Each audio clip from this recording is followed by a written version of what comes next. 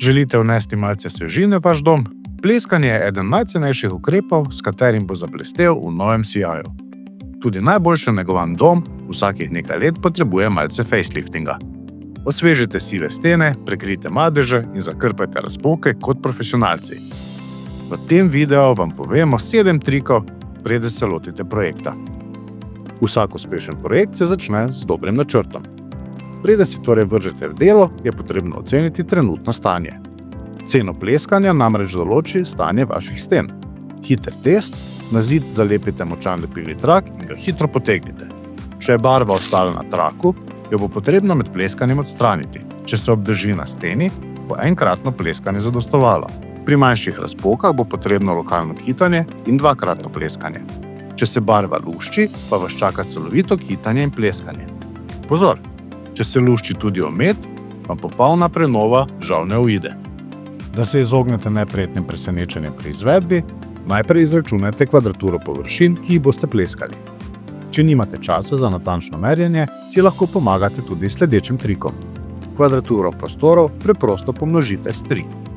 Za najlažji pregled svetujemo uporabo investicijskega kalkulatorja na platformi Moj Mojster. Preprosto preverite cene za posamezne storitve: zaščito, kitanje, pleskanje in barvo. V le nekaj trenutkih boste imeli okvirni izračun in se lahko odpravite v nabavo. Slaba zaščita pomeni dvojno delo, zato razmišljate vnaprej. Pravi mojster ne pride samo z valčkom. Pravilno nameščena zaščita vam bo prihranila ure čiščenja. Najprej odmaknemo vse omare in pohištvo. Pri premikanju večjega pohištva uporabimo voziček ali pa kolesca za tovorjenje. Pohištvo, ki ostane v prostoru, prekrijemo s pleskarsko foljo, tla pa dodatno zaščitimo z odpornim kartonom, da se ne pretrga. Na koncu s pleskarskim trakom oblepimo vse robove vrat, oken, vtičnice in stikala. Izbira barve lahko pomeni razliko med enkratnim in trikratnim pleskanjem. Vsaka barva ni enaka, zato izberite najprimernejšo. Za otroške sobe, delavnice in delovne prostore izberite pralne barve. Za prostore, ki so izpostavljeni vlagi in nihanjem temperature, pa protiplesne barve. Navadna disperzijska barva je najprimernejša za stropove, če želite unikatni izgled, pa se lahko odločite za barve z bolj grobo teksturo.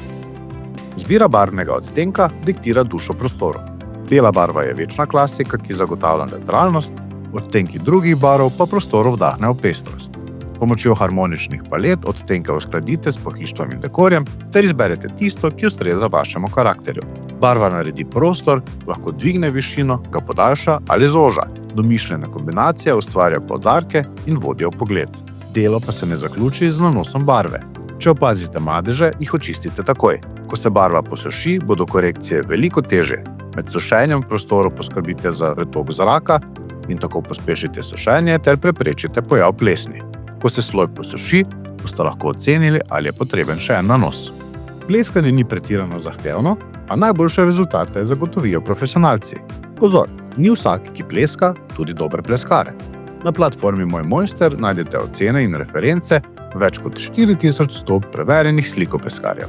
Izvajalca lahko povabite tudi na ogled in mu olajšate pripravo ponudbe. Bodite pozorni, da je ponudba natančna in obsega vse faze ter potrebni material. Vključeni naj bosta tudi postavki za zaščito in čiščenje. Pleskanje je hiter poseg, a se lahko tudi zavleče. Samo pleskanje v povprečju gotovo v dnevu ali 2, kitanje in brušenje pa zahteva več časa, zato je realno načrtovanje ključnega pomena. Pri kitanju je potrebno počakati, da se površine dobro posušijo, brusi se lahko zato komaj naslednji dan, šele nato pa pride na vrsto barvanje. Potrebujete strokovnjaka? Najdete ga na platformi Moj Mojster. Z nekaj kliki pošljete povpraševanje vsem razpoložljivim mojstrom in izberete ponudbo, ki vam najbolj ustreza.